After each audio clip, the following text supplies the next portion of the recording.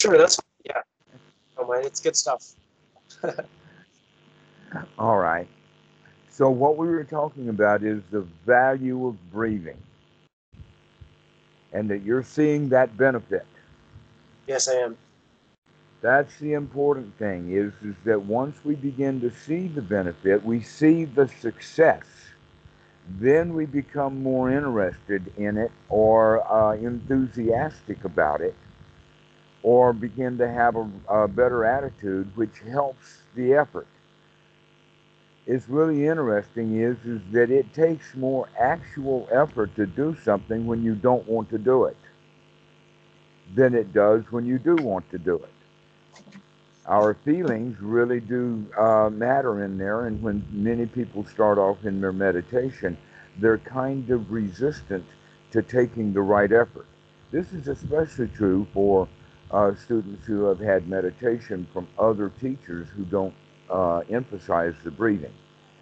But once we begin to start incorporating deep breathing into the anapanasati practice, because in fact that's what anapana means. It means that longer, deeper breathing, and that it's beneficial in many ways to be able to control the breath and make it longer, and that they have been. This has been known for many centuries from the Buddhist perspective. Breathing is important for yoga. That in fact, anapana in anapanasati and pranayana are exactly the same words, just different language, and that they're backwards. One is anapana and the other one is prana, which is the out breath. And then, so pranayana is out in and anapana is in out. But other than that, they're exactly the same thing, and that is controlling the breath, making it longer. And so sports have known about that for a very, very long time. One of the examples where in sports is in heavy weightlifting. That they actually have a process. I'm not familiar exactly what the process is, but it does have to do with a few deep breaths, followed by holding the breath when the jerk is done. And then as soon as the jerk is up and you've got the heavy weights above the head, that's when the out breath is let. So um, now the military is beginning to figure this out, and it took them a long time because sports have known it for a long time. In fact, inside the military with snipers, they have to be able to be really, really still. And so they need to learn to control the breath so that they can get a lot of oxygen in the body and then hold the breath and get everything really, really stable. And then they'll squeeze that shot off so that it'll be accurate. They have to make sure they're not moving the gun in any way at all, because in long, long distance shooting, the slightest movement of the gun at the point when the bullet goes out is going to make them miss the mark by 10 or 20 feet sometimes. But if it's just 2 feet off, they've missed the target. So they have to get really, really calm. And in fact, there's been some spectacular world records. I think that it was an Australian who was able to make a shot 2 kilometers. That's He's insane. a calm dude. So the Navy SEALs, they liked their program and they liked the training and they liked the results of the training, but they were unhappy because of the success rate for the training. And so what they wanted was to um, increase the ratio so that people would not fail. They were only getting about 30% or so, and everybody would fall out. And it wasn't the fact that they were in battle, it was the fact that they were in training. And so one of the training things that they would have is have the soldiers stand in the swamp, cold. They were in the swamp in the night. I know that swamp. I was raised in that swamp, and I know Camp Lejeune, and I know Fort Bragg, Camp Lejeune is in fact a training ground that's in the swamp. They put it, Camp Lejeune, in the swamp so that they could train there. And so that Camp Lejeune is generally where the Navy, even though it's a Marine base, but that's where the Navy does their training for the SEALs, which is swamp. This is the PD swamp of South Carolina. You probably have heard of the Swamp Fox, Francis Marion, in the Revolutionary War. He's the one that won the South because he would go and attack the he would attack the British and then go hide in the swamp, and they couldn't find him in the swamp. The locals knew the swamp, but the British military didn't know it. So this swamp has been a favorite place for the military. It's very easy to get into, and this is how they train their soldiers or the sailors for this special brigade, is by having them stand in the swamp with their guns above their head during the night. By sunrise, it's really cold, and it's wet, and there's snakes, and they've got to watch what they're doing and learn to stand very still. And they didn't have a breathing technique. And that was why the failure rate was so low. But when they started adding breathing, they gained the success rate over 50%. They were very happy with it. And out of that, they developed the system that's called box breathing. Now, box breathing is actually what we would call a 4-4-4 breathing. And we've already been experimenting with 5-5-2, or even a longer breath of 8-8-4. Now, 8-8-4 actually then would take it up to a count of 20, or about 20 seconds, which means now we've brought the breathing down to about 3 breaths a minute. So that would be for later practice. Go ahead. Okay. So then the numbers there, it's 8 in breath, 8 out breath, and 4 hold with empty. So that's with an empty lung or full lungs? That's with the empty lung. That's the difference, okay, between the box breathing that they do for the military and the breathing that we're doing in meditation. The box breathing has a count of 4 on the in breath, and then a count of 4 to hold the in breath, and then a count of 4 to exhale on the out breath. But this is not necessarily a relaxing breath. This is a kind of a fortifying breath, getting the soldiers ready for battle. Okay, but it does oxygenate the body. It does give them something to focus on and pay attention to, and it does help them gladden the mind. Which means then ultimately it does help them with the right attitude. I can do this. I can stand here in the swamp and hold my gun and stay here until I'm given the word. I can do this. I can do this. I can do this. That's the kind of breathing. Watch closely.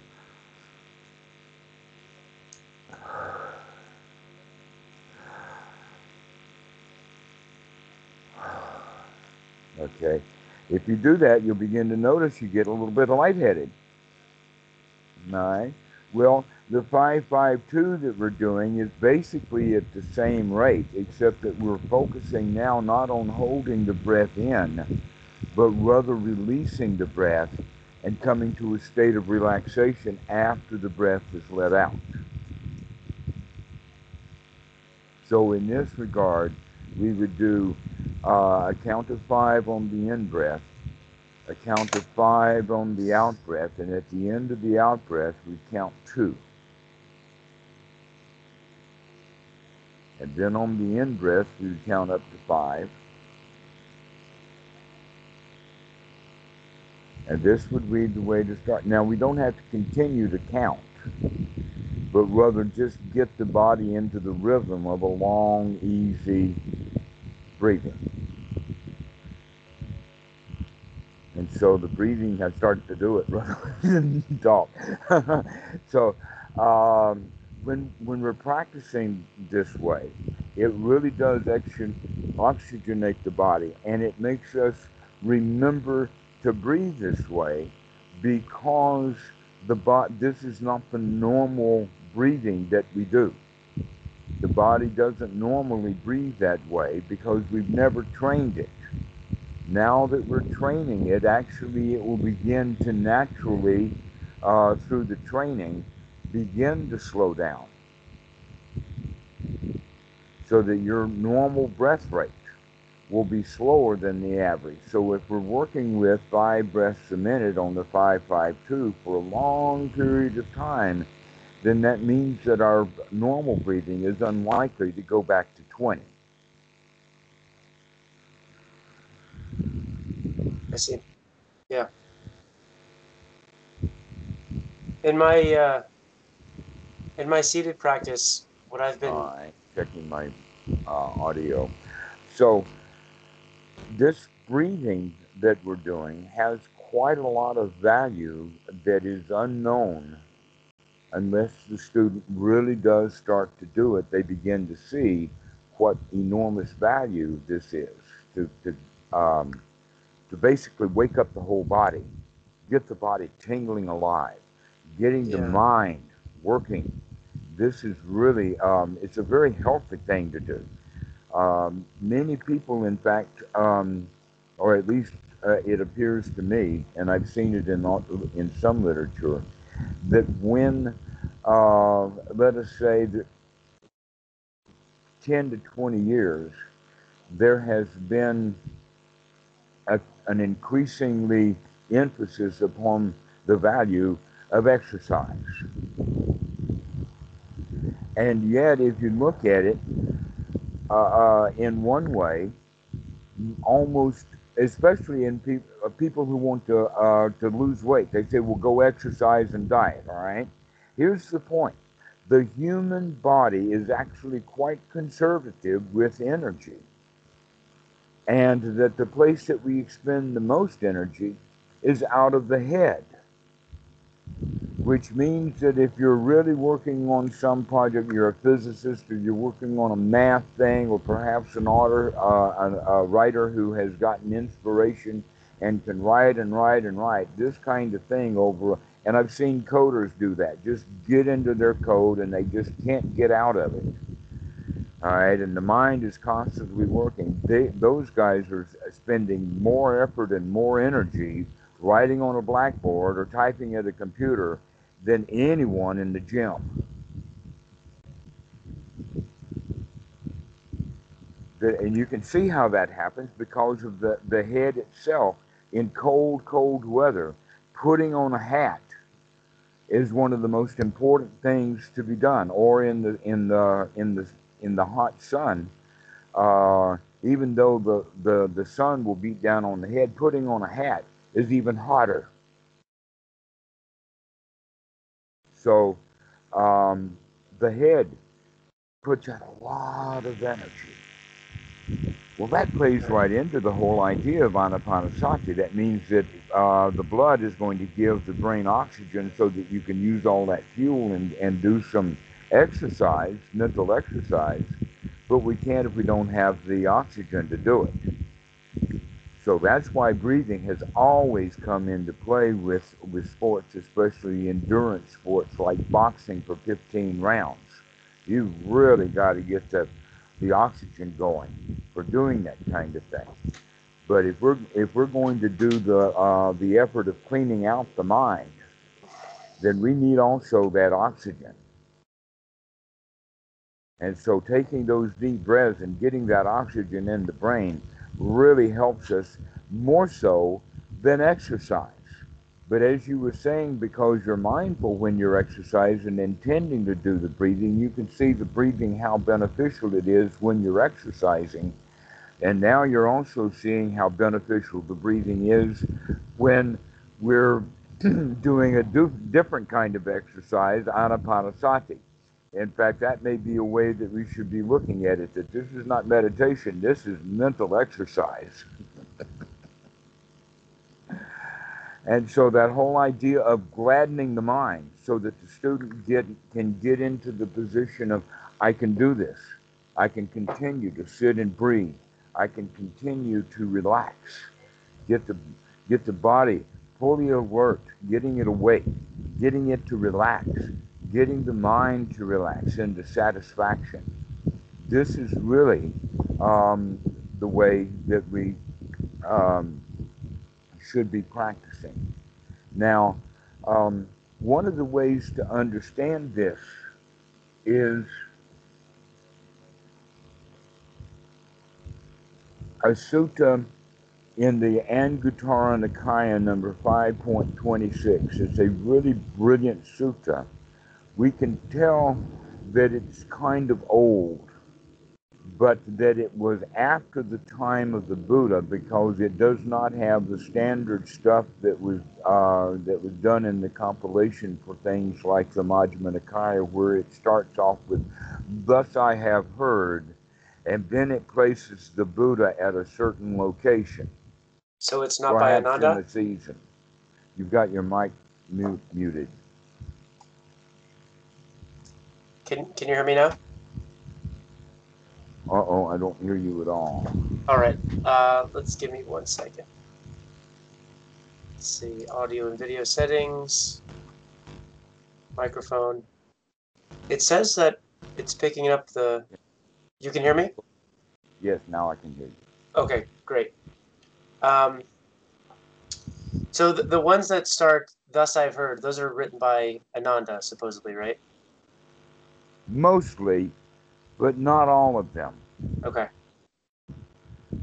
He was predominant, but there were many, many stories that, in fact, a lot of the stuff that happened before Ananda, you see, because the first 20 years of Ananda's life, the Buddha's teachings, rather, the teaching life, the first 20 years, Ananda wasn't there. He was doing courtly duties, but then he joined his elder brother.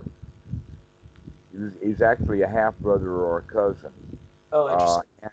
Right, and that Ananda's mother raised Gautama. So, this sutta that we're talking about is in the 5, so it's listing basically 5 ways of, and if you look at the details on each of these 5, it's repeating a little group over and over again, and you can see that what this group is these are the factors that bring about the first jhana. So basically what this sutta is about is 5 ways to bring out first jhana. Okay. All right. Now here's how it starts. It starts in a very interesting way, because automatically all of the students are going to say, "Oh, meditation, that's how to bring out first jhana." But the first item on the list is talking about when a teacher and a student are in a conversation, and that it doesn't matter really so much about the skill of the teacher, but what happens is the teacher says something that is inspiring to the student, like a big aha, I got it. All right. Now, when we mean inspiring, we're actually talking about vipassana or insight, but sometimes these insights are literally mind-grabbing. Aha, I got it. Okay. That's actually, if you think about it, step 9 of Anapanasati, in the sense of, aha, I see you, Mara. But in this case, because it's a discussion of the Dhamma already, the mind is already, hopefully for both individuals, in a wholesome state. The mind is already free from hindrances. And so when this spark of inspiration comes, it kicks off the sequence of events that leads to the body being satisfied, the piti or the arousal, aha, I can do this, I like what I'm doing, or I can understand this, and that eventually then brings the student into a state of sukha. All right, and while the mind is still focused in listening to the Dhamma, it applies itself to the Dhamma, sustains itself in listening to the Dhamma, and the first jhana is there because all the constituent components are there. Now that's brilliant. Think about that. What this sutta is saying is that basically first jhana is a normal state that people can go into on a regular basis. And many people do, but they don't know it. They do have all the jhana factors, but they don't know it. Meanwhile, people in meditation are struggling to get into the first jhana because the mind is full of hindrances. But in this situation that we're discussing, the teacher and the student both have a mind free from dukkha, free from the hindrances, and is concentrating and working on the wholesome. But now let's turn that around, because the second item in this sutta says that when the teacher and the student are discussing the Dhamma, the teacher too can find inspiration in the teaching. He too can find delight and sukha and pleasure. And so, what this sutta is pointing at is that the teacher actually can, and therefore we won't make a rule about it, but it would be delightful to be with the teacher who is in the first jhana, who is delighted and comfortable and happy and focused and capable of maintaining his continuity.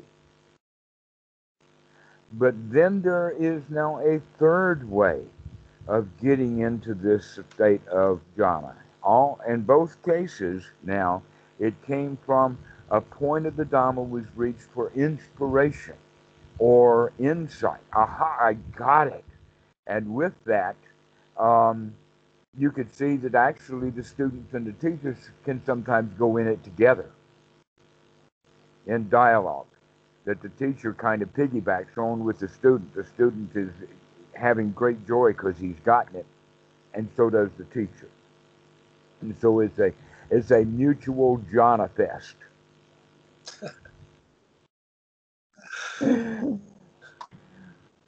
All right, where they're relaxed and comfortable and thinking of wholesome. Now there's the third. The third is when the student is on his own, but he's now mulling over the suttas, reciting the suttas, remembering the suttas. And in those days, just like in the madras commonly, having students memorize a long passage was the way to get a group of students started. And after they've memorized the long passage, then they're taught what that passage means in depth. But the sutras are done first by memorizing the sutta. But that doesn't work in modern society. In fact, they found that making students remember and memorize things by rote is not the best education. We want the student to be able to think their way out of a paper bag, not just pile a bunch of crap into it. So, while they are mulling over and reciting the Dhamma, especially, that's one of the problems is about the language, because in Thailand they're chanting in Pali, and most of the Thais, they have some proficiency of Pali, but it's not a native language. That really the chanting should be done in one's own native language so that we can listen to what we're saying, get insight from it, take delight in it, and go into the first jhana just by doing the chanting itself. This is part of the reason for the morning and evening chants every day, is to give the students a chance to get into that wonderful state, even before they start sitting, because when they're sitting, they're not in hindrance. They've already gotten it out. But there is actually a fourth way. And the fourth way is, even though we're not actually memorizing the suttas and reciting them to ourselves, still we know the Dhamma, and so we're thinking about the Dhamma and mulling over the Dhamma, that we can gain inspiration from that too. So imagine, in fact, that you're just driving down the road and you're watching the road, you're quite mindful, but the mind is now having thoughts of the Dhamma. And we gain insight. And with that insight, sitting there driving the car, we can go into first jhana, being very focused, knowing how we're driving, and enjoying the heck out of it. Because we got a friend, we got the Dhamma, as opposed to thinking about school or busing or any of that, politics. There's all kinds of things that people think about when they're driving, and it doesn't appear to approve their driving. But when we're really focused, okay, so now we've got the idea that the first four of these items of how to find the first jhana is actually almost an intellectual exercise that brings about inspiration, or it brings about insight, that we look deeply into something, and therefore all of these jhana factors can arise. And this is what the Buddha says, this first jhana is in fact the path to enlightenment, that we should develop the skill of first jhana so that we can go into it easily, we can sustain it easily, and that we can come out of it easily. And this is a skill. So the first skill to be developed is the skill of getting into it over and over and over and over again, knowing that it's not going to last long. We also then develop the skill of maintaining it so that we can get into this state of joy without taking too much effort, that it becomes more and more effortless. And so we can get into it more easily. That's a skill. Then we develop the skill of maintaining it by maintaining wholesome thoughts, making sure that we are thinking things that are worthwhile thinking. And so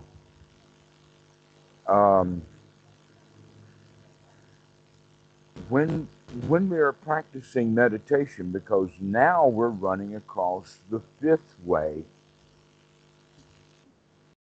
The fifth way is meditation. All right. If the fifth way is meditation, that's also the bottom of the line, or the bottom list.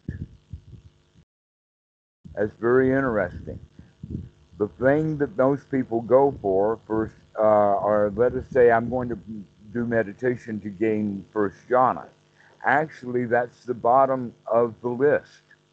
There are easier ways to get into the first jhana.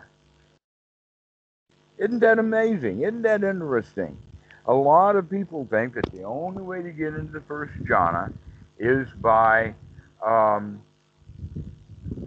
working really hard to get the hindrances out, develop the joy, or maybe just sitting there in hindrances long enough. Various many different ways of meditation, to where in this sutta it's talking about the fact that no, we can do it through inspiration. That in fact, even in the sitting practice of meditation, that we still need that point of inspiration, that point of, aha, I see you, hindrance, aha, I know what's going on. That is in fact Dhamma itself. So we take the mind out of whatever it was in and put the mind into Dhamma in our sitting practice, and then we can begin to do it really naturally. So that's the thing to start putting our mind upon in our sitting practice, is to just be here now and have thoughts of the here now, but thoughts of the here now in relationship to the teachings of the Buddha. Now, this is actually in the suttas, also in the Majjhima Nikaya, as well as in the Anguttara Nikaya. That if I read something in the Anguttara Nikaya that didn't fit precisely with the Majjhima Nikaya, I wouldn't give it so much weight. But in fact, in the Majjhima Nikaya, this point that we're making about the Dhamma is overly emphasized in the Sabha Asava Sutta number 2. That in verse 11, and the verses, by the way, thanks to Bhikkhu Bodhi, he versified things so that we could see where things were. Not diversified things, but versified. He put the verse numbers in. And so in verse number 11, it says, wisely attending to this is suffering. Wisely attending to this is the cause of suffering. Wisely attending to this is the finish of suffering. And wisely attending to this is the path that leads the mind into a state where it's not suffering. In other words, by literally wisely attending to the Four Noble Truths in relationship to the here now. What's happening with us right now? This sutta says this is the practice that will lead to the eradication of the first three fetters. What are the first three fetters? Number one is personality view. What is that view that most people have that needs to be destroyed? Is I am my personality. That's the personality view. View that I am the personality. In fact, the personality is not you. Why? Because sometimes you're there and sometimes you're not. So when we begin to understand the Four Noble Truths and recognize that the mind does not have to stay in personality, that the mind can in fact be in the Dhamma. So with that, we can put the mind in the Dhamma, we can begin to see, I am not who I thought I was. Because I can control it. Now, one of the things that a lot of students have trouble with is self, and we'll talk in detail more about that.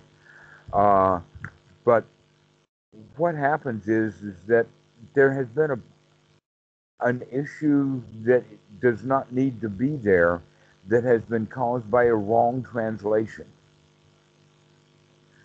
The word that is wrongly translated is the word anatta or atta, which actually should be translated as a soul or an existence or a being of some kind.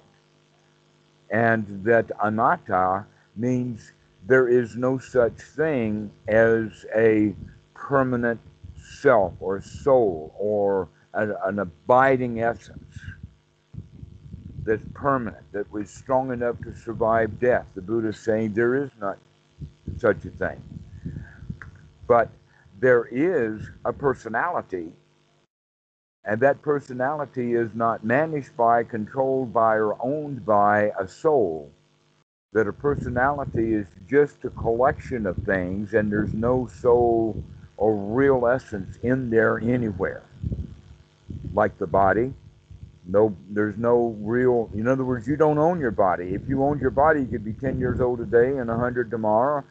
You could be healthy when you wanted to be and sick when you wanted to be, but you can't do any of those things. The body does not belong to you. In many ways, body owns you. Not you own the body. But we think of my body, all right? Not my body. Or how about my feelings? I'm angry. No, they're not your feelings. They're just feelings. You are not those feelings. When we begin to understand the Dhamma in that regard, that you're not the feelings, then we can be liberated from them. And in fact, That's the whole point of anapanasati, is aha, I see you, Myra, which means aha, I see that bad feeling, and I see it that it's not me. When we are angry, we say, I am angry. I'm owned by the anger. It's got me. Me and the anger are the same. But sati is to wake up and say, aha, I am not that. So we separate ourselves from that. That's a great insight. Aha, I am not anger. Yes, there is anger, but I am not the anger. Or if something really tragic happens, like the laptop won't boot up, and now I'm in great pain. Why? Because I think that I am the laptop, or I need the laptop, or I'm not complete without the laptop. I need the laptop. No, I don't. I can sit right here with a dead laptop day after day happily. I don't need the laptop. I am not the laptop. That kind of realization is what brings us into first jhana through this method of mulling over the jhanas, mulling over the hindrances to recognize that I'm not any of that stuff. The second fetter is the fetter of silabhata paramasa, or attachment to right rules and rituals, which means that we begin to see what society has been doing for us and to us that has messed us up. That basically all of the hindrance is learned behavior. And so by throwing out the hindrances, in a way, we're throwing out society. In fact, this is the whole point about seclusion. Why do people go and sit down on the floor in a meditation hall, or a whole group of them for a retreat? The original intention is to get away from the world. And so the retreat managers will say, don't bring any books, don't bring your cell phone, don't bring a laptop, let's get out of the world for a while. But then the students, they get into the meditation retreat, and what happens? They brought the world in there with them, secretly. They could hide it between their ears. So now the student begins to recognize all the world is in fact inside. I brought it in with me. I've learned too much from the world that's harmful. And so we begin to throw that out, we begin to take less value in society, because we can see that society is broken. And here's how it's broken. If we had nothing but chaos, and that anybody could go do anything that they wanted to do, and the only thing that operated was revenge, then there would be a lot of suffering. And so society, or we bring in a bunch of rules so that we can create a society, so that we can reduce the violence, reduce the conflict, and so that we can manage an existence and actually be able to build cities and things like that. Well, guess what? The society that we have built is full of potholes, because not only does it not eliminate, it reduces suffering, but it does not eliminate it, and it does not eliminate it for anybody. Everybody still suffers. And then, in fact, much of what the society gives us, in order for these people to not suffer, makes this great big group of people suffer all the more. So when people get really wealthy, they think that they're satisfied. But all of these people that they took money from are now being harmed. But then the guy who's got the money says, wait a minute, it's not enough. I've got to go harm more people in order for me to eliminate my new harm that I'm creating for myself because of the, let us say, the society's demand that more is better. So everybody suffers. When we recognize that everybody suffers through our society, we've got to say, wait a minute, there's got to be a better way of making rules than going along with the rules that society makes, because society has not been successful at eliminating the very reason to have a society, is to make things safe, because people in our society don't feel safe. Many of them got good reasons to not feel safe. All right? So that means then we've got a new way of looking at it, and the new way of looking at it, again, is the Four Noble Truths that we're working on. In other words, we begin to see the world through dukkha, dukkha nirodha, rather than seeing the world through a set of rules, or how things should be, or the way that a society expects. That we begin to see things only in the sense of, this is suffering, let's get out of it, or let's avoid it before it happens. Let's watch what we're doing, but we're not watching what we're doing in order to abide by the laws or the rules of the land. We're doing it for the avoidance of suffering. Right. This is something that I've been noticing. Just like when I'm watching my mind, how much of it seems to just be conditioned reactions to things. And I feel like I've been getting better at kind of getting out of it, and not.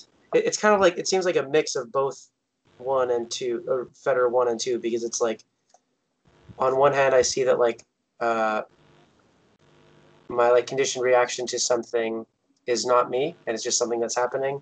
But then at the same time, that reaction comes through like my attachment to like kind of the rules that have been told to me.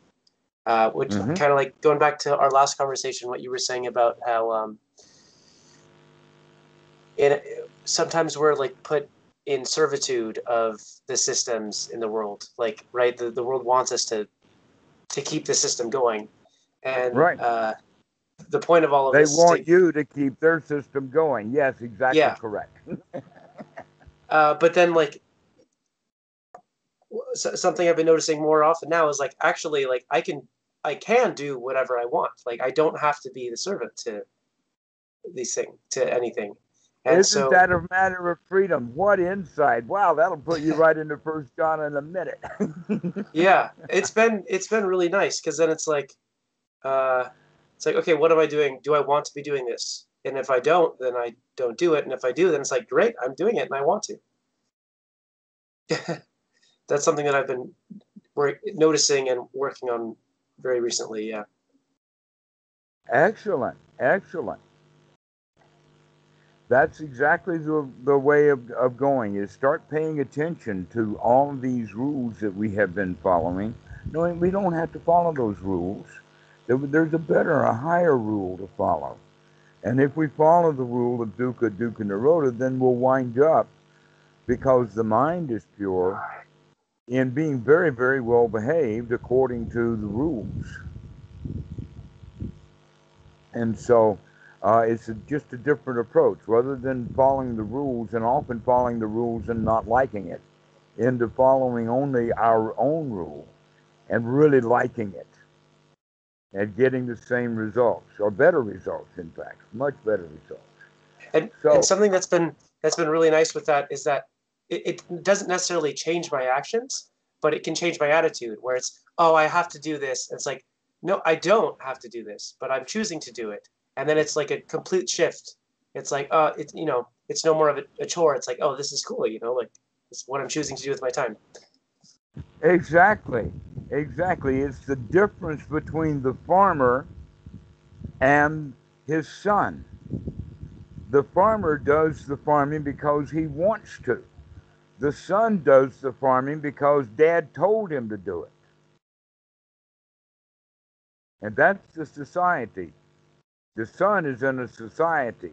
The father's just doing his farming, and he loves it. But the son is in the society where he is told what to do. And he generally doesn't like it. So you've got the key. That's a great insight. That do what you do, but do it. And in fact, this is actually in the Bible. Do it with all your might, in the sense of Do it because you like doing it. Get into it rather than doing it begrudgingly. That's a major, major change, because you see, now we're operating out of wisdom rather than out of a set of rules that we cling to. So that's the second fetter.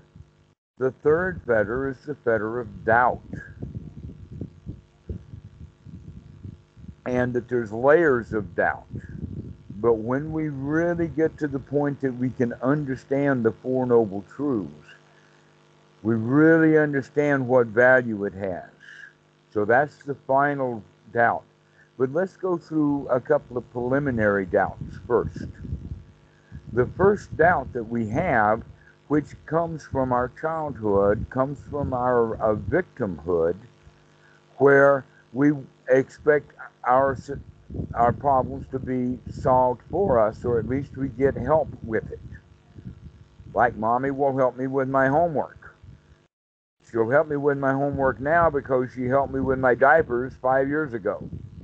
Right, yeah. Okay. I remember these from when we were going over the hindrances. Exactly. So, our doubt then is the doubt of, I'm not up to it, I need help. I'm not capable of doing it.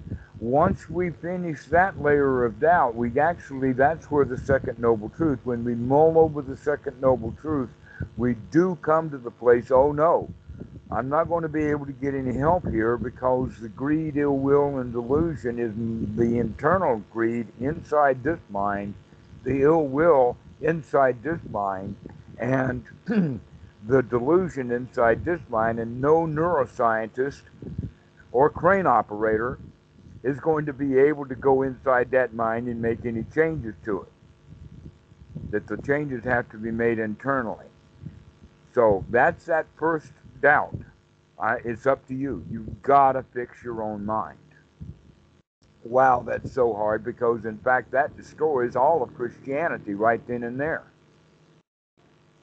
In fact, it also helps destroy all magical thinking, because almost all magical thinking is looking for magic to help me do what I want to do. All right? When we recognize ain't no magic, ain't no religion, there ain't nothing, no psychiatrist, nothing is going to help me. I'm going to have to do this on my own. For some people, that's almost terrifying, because they then run into the second doubt, and that is the doubt of, can I do it? Am I up to it? Am I going to win, or am I going to be a loser? Because remember, we've got the loser's attitude. So for that loser, it's an aspiration. Can I win? Not very healthy. And so the doubt remains. Where the eradication of the doubt comes is in, again, this inspiration or this insight into, in this case, I can do it. That comes from success. I got it. I understand it. I know it. I can change my mind. That is, in fact, the second doubt of, can you clean out your own mind? Are you capable of doing it? The answer is, right now I am. Right now I am. I can do it. I can do it now, and if I can do it now, I'll do it next time. That's then the eradication of the second doubt. Now comes along the third doubt, which is what we're really talking about. And that is the doubt of the path. But when we recognize, or the way, or the Buddha's teachings, in the sense that we come to the point of, hey, this thing that the Buddha has laid out with some of its knobs and bells and whistles is a working path. It actually works. And we take inspiration from that. This path works. All right? Building missiles, buying a gun, going to the store, getting married, nothing of those things have ever been satisfying to me. I've done that, been there, done that, no satisfaction. But the Dhamma, that's got real satisfaction in it. That's what makes the teachings of the Buddha so unique. And once we understand that, That then is the eradication of the third doubt. I've got what I need to do the job I know I can do. I've got the tools. Then, in fact, the tools in this case are the skills that we've been developing through the application of the method of the Eightfold Noble Path. So, right sati and right attitude occurred when the teacher and the student were together. The clearing out of the hindrances were there.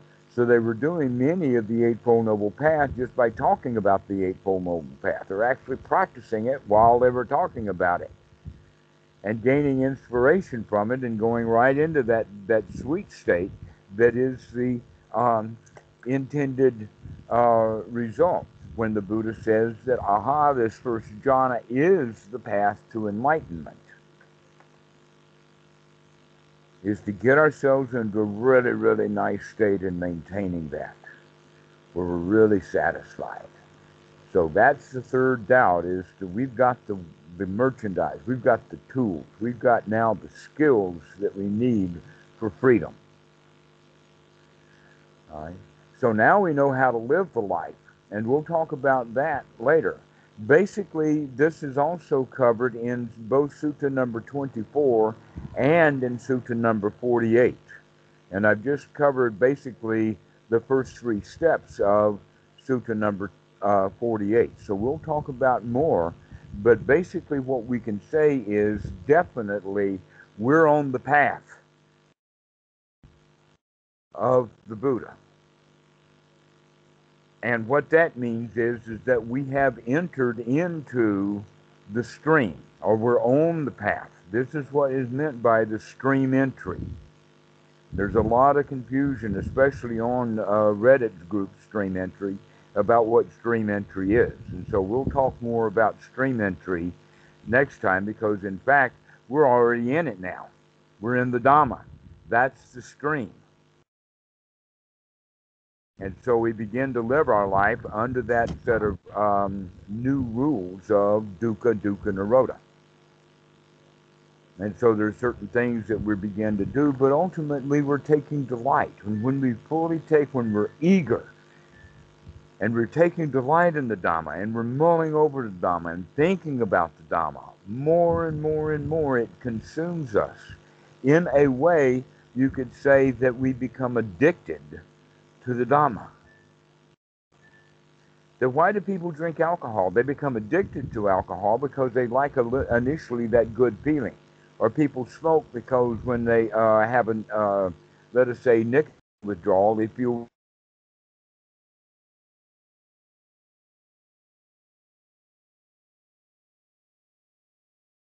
Dhammarato?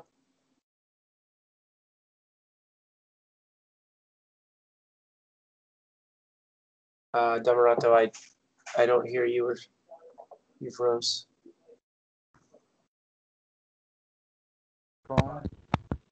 Okay, I can hear you now. Okay, all right. Yes, we were talking about addictions, that Yes. we actually become addicted to the Dhamma.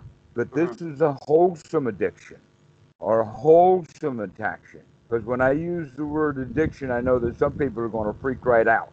Because Right. all addictions, they say, are bad. No, what makes the addiction bad is the result of the addiction. All right? What makes alcoholism bad is cirrhosis of the liver, brain damage, early death, all kinds of physiological damage. The same thing with other drugs. Some of them are quite deadly.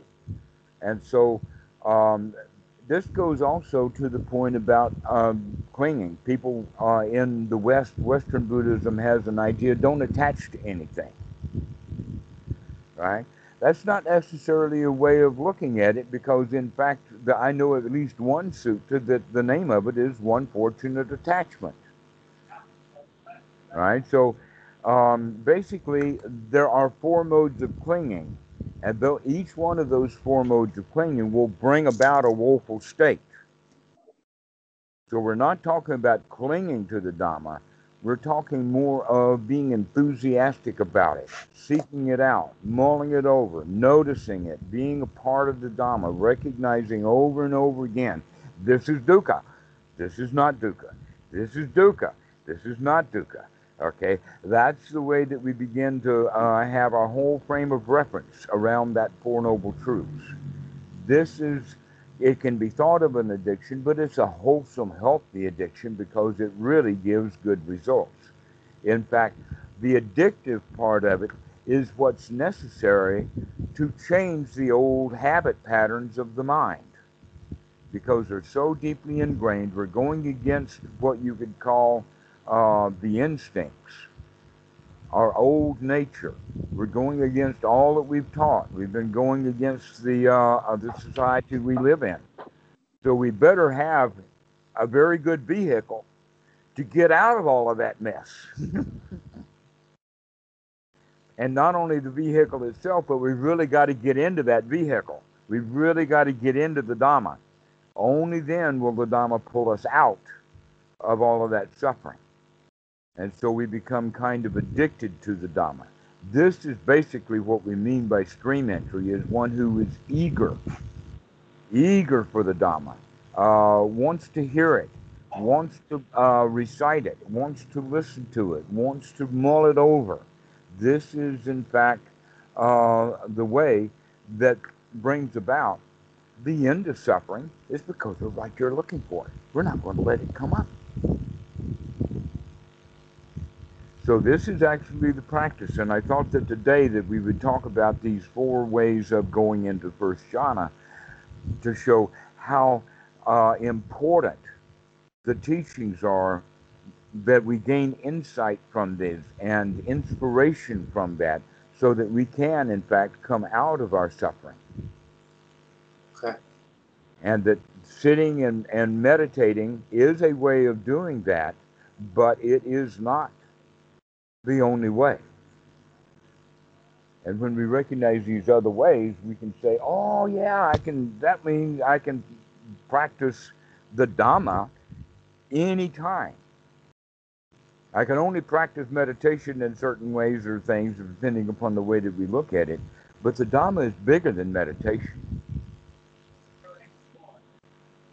And so in that regard, that's what we're doing here. This is Dhamma. This is not meditation. This is not meditation, Rato. This is Dhammarato. And by the way, that word Rato, that means delight. It means great joy.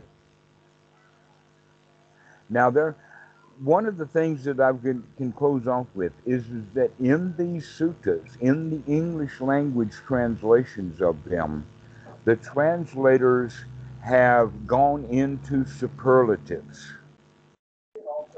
Okay, using words like bliss and immersion and other things like this that make it look too exalted or too difficult to do.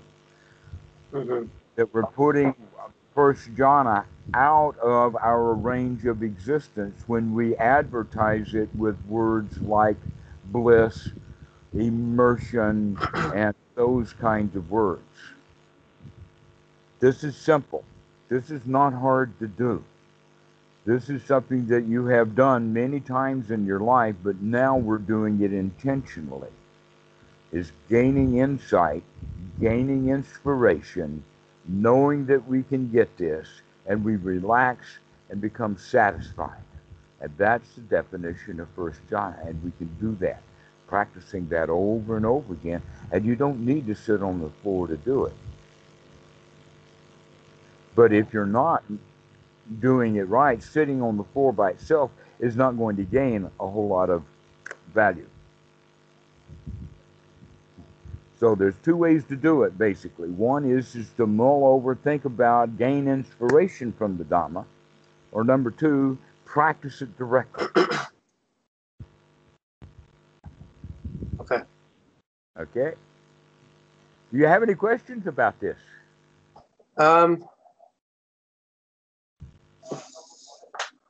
I have, but do I have questions about this? I don't know. Maybe not yet. Okay. All right. Well, you mull over your question and ask it next time you call. Could we talk about my practice a little bit? Talk about what? My practice a little bit. Okay. Or rather, if you have some time, I'd like to talk about some experiences I've had recently. I'm having a little trouble understanding. Tell me again what you said. Point the microphone more at me and speak more directly into it. Is this any better? Yeah, that's better. Okay. I wanted to, if you have time, I'd like to talk about some experiences I've had. Experiences? Yes. Okay. Not like, yeah. All right, rather than talking about individual experiences, let's talk about experiences in general for a moment. And then later, if you want, we can talk about particular experiences. Generally, when a student of meditation has an experience, they think it's a milestone or a mark or a point of progress or something that's worth remembering and perhaps worth repeating. Now, generally, when someone has a good experience or something that they want to repeat in meditation, now they have a new ingredient. The old set of ingredients got them into that state, but the new ingredient that they add is going to prevent them from getting into that state. What is that? The desire to get into that state. Now that they've had it the first time, they want it again. I understand. Okay. And so experiences are dangerous because we want them. I don't know if experience was the right word to use for what I was trying to say. Okay. It was more like ways of looking at what was occurring in the present. All right. But I do understand what you're saying. All right. Okay. Because I have had that experience myself where it's like, right. Oh, that was delightful. Let's do it again. And then I'm just so focused on it that now I can't have any peace at all. Uh-huh. Yeah. Another part of that also would be having, like having a dream. And some people really get into dreams and interpretation of dreams and the meanings of dreams. But when somebody would go to the Buddha with a dream, he said, never mind. That's just, basically more mental wank, just doing it at night. The daydreaming or night dreaming are not much, and so don't worry about the dreams. We can also say the same thing about experiences that would be considered past life experiences or otherworldly experiences, the experience of being in heaven and things like this. And then we want them again, or that we think that they've proven something, that we've gotten over some milestone. Where in fact these experiences really don't mean much of anything after they're finished. It's better just to leave them alone. But now I think that your question is a little bit different than that. So go ahead and ask your question now that I've thoroughly bashed the experience. I do appreciate you taking the time to explain that. Yeah, this is, I guess, more of just how I approach like the breathing and the sati and like everyday experience. So, and I want to especially talk about this weekend because I went on a very difficult hike. And while I was on it, I was breathing very, very deeply the whole time for hours. And like mentally, it was like I would breathe in like peace. And it was kind of like telling my body that like things are okay, even though it was exhausted. But then I was also trying to gladden the mind. But the thing is, while normally during seated meditation, it can be more like gladdening the mind is more of like this like obvious thing. Since I was expending so much energy, it was just kind of like in the background. And it kind of settled into this sort of just like appreciation of the present instead of like an overwhelming like meta or something like that, which was quite nice because it seemed a lot more subtle and like easier to maintain. I like that word, just a subtle appreciation. Yeah. Yeah, that when I say it like that, I often put it too big, making the student think that it's too great, like, this is nice. Yeah. But it's really just a sub appreciation of how nice things are. Yeah, so that's good. That kind of realization, though, that's kind of more of an insight than it is an experience. Well, it was an insight, I guess, that came about through like it was like a hike, but it was really a meditative experience because it was like hours of just strenuous like breath. Yeah. I mean, we climbed 8,000 feet, so. Wow. Where did you go? Well, I'm in Washington, so we went on in the North Cascades on a mountain loop. So we did 12 miles the first day and 18 miles the second day. So lots of time for reflection. Forced deep breathing, essentially. A lot of deep breathing. Excellent, excellent. All right. Do you have any particular questions about it? I do. I guess, but most importantly, I just kind of wanted to just mention it. But also, I do have a question.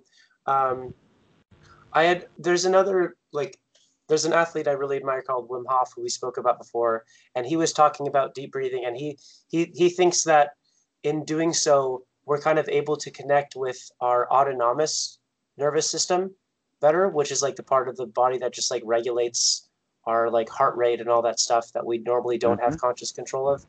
And it seemed like that was true to some extent, where it was like I was trying to like slow down my heart rate and like essentially tell my body that everything is okay, which was just like a parallel to like what I do in normal life, where instead of like it's climbing a mountain, it's just like stress from a deadline or something like that. Do you think that idea has any merit, that of like the connection to the? Yes, I do. However, I would go also to say that it's generally kind of indirect rather than direct. Now, what I mean by that is that the way the brain is wired, the anterior cortex normally controls the breathing, but we can put that directly in control of the frontal cortex. They've actually done MRIs and seen that happen. But generally, in fact, when I was a young student of the Dhamma, I was curious about why the heart rate was never mentioned anywhere, that it was only about the breathing. Because I had been in India, and they're piddling with all kinds of stuff there, making the heart rate go down and whatnot. And what I've come to understand is that the heart rate really cannot be controlled directly from the frontal cortex. It has to be done by the autonomic system. But that the frontal cortex does have influence on the autonomic system itself. That makes sense, yeah.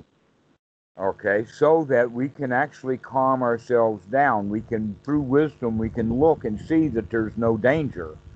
And when there is no danger, then the chemistry will change and the heartbeat will slow down.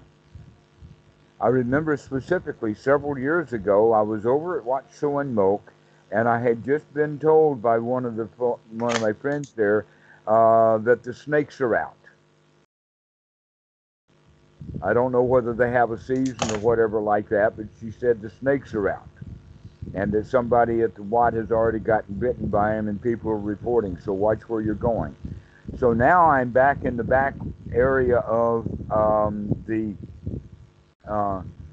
meditation retreat center, where, yeah, the grass is kind of cut, but there's also little limbs and twigs and all kinds of stuff. In fact, I think that it's kind of grazed rather than mown. So I'm walking through here, and right in front of me, about 4 or 5 feet, there's this asp or kite, little snake about this long, known to be not deadly poisonous, but a poisonous snake.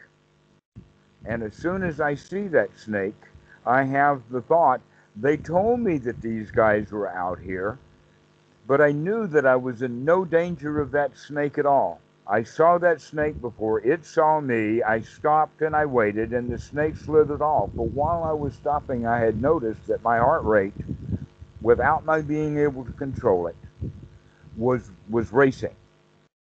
It had gone up. It'd go thump, thump, thump, thump, probably about 100, 110. And I noticed that, and I recognized it. And so I decided I was just going to stand there and see how long it takes for the heart rate to come back down to normal.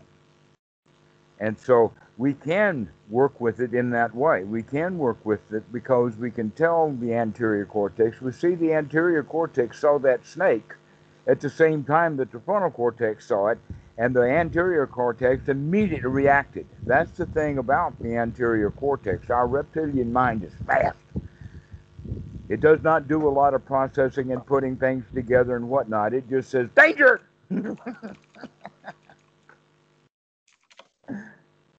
And so, in that regard, we can begin to control the heartbeat only because we're able to recognize that, in fact, there is no real danger here. And so we can continue to watch and recognize I'm safe. This is not dangerous. Even though I'm walking out in the woods where snakes are, I'm smart enough to watch where I'm going, and I'm going to go where I want to go, and I'm not going to step on any snakes. They're out today, so what? I'm completely safe. When we have that completely safe feeling, then the heart rate will go back down to normal, as well as it'll stop pumping all of the adrenaline and other stuff that freaks us out, gets us ready for running and fighting and all of that kind of stuff. It's all really old programming, right down into our DNA. So, sorry, the neuroscientist in me has to ask you something. So, you mean the reptilian brain? You mean like the lower brain structures, like closer to the back, right? Yes. So, okay, so that's the what they call the anterior cortex, and some will call the old name for it is reptilian brain, because that part of the brain looks very much like the brain of an alligator. Well, that's the posterior cortex. That's the anterior cortex, including anterior is up. Anterior is up here. This is the frontal. Anterior means the back. No, anterior means the front. Posterior means the back. Oh, sorry about that. All right, backwards. Okay, the posterior. Yeah, no problem. I just wanted to let you know. Now that you tell me that, immediately I can see I was wrong. Of course, right. Got it backwards. No, that's why the posterior is. Yes, exactly. Yeah. Exactly right. Okay, it is the posterior part of the brain. Okay. It is the old reptilian part. It is part of the amygdala, the hippocampus, the basal ganglia. The ganglia, right. The even you could say that the gland and the cerebellum. Exactly. All of that is part of the brain, and anything that has that kind of brain, they can walk, they can talk, or not talk. They can make sounds. They can eat food and have a lifestyle. So anything that an alligator can do that you can do is controlled by your posterior brain. Right. And all we've done is just add, knobs and bells and whistles onto that primary part of the brain. And it's fast. It makes reactions very quickly because that's their survival. In fact, you could say that when prey is sneaking up on, let us say when the predator is sneaking up on the prey who is the fastest will be the one who escapes. Therefore, natural selection is for that that posterior part of the brain to be very fast. And so naturally the heartbeat's going to go up very fast as soon as I see the snake, even though I'm not afraid of the snake. But something inside of the mind is. Right. Okay. So when I can cool that down and calm him down, when I can use the frontal cortex, our wisdom part, the human part of the brain, can take control only when we remember. Because when we're not thinking about it, actually, literally, we're not thinking, is when we operate off of the instinctual method, which is in the rear of the brain. And part of the brain stem itself, which means that all the bodily functions and all the movements and all the sensations and all the proprioceptive systems are connected and directly wired right into this posterior reptilian brain.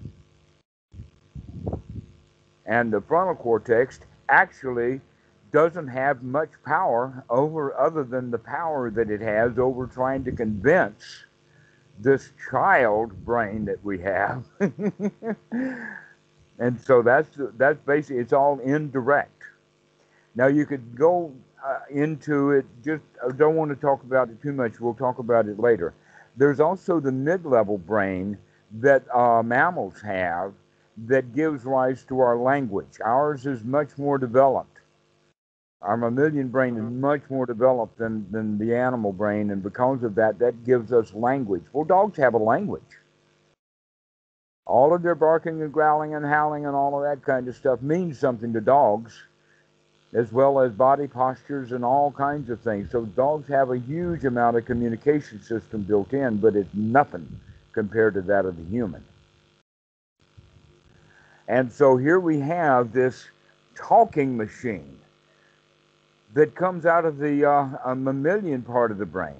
Now, Freud has identified these as ego, superego, and id, to where the posterior part of the brain is the id, or the child, or the less developed. And then we have all of the rites, rules, and rituals that are stored as concepts and language in the mid part of the brain,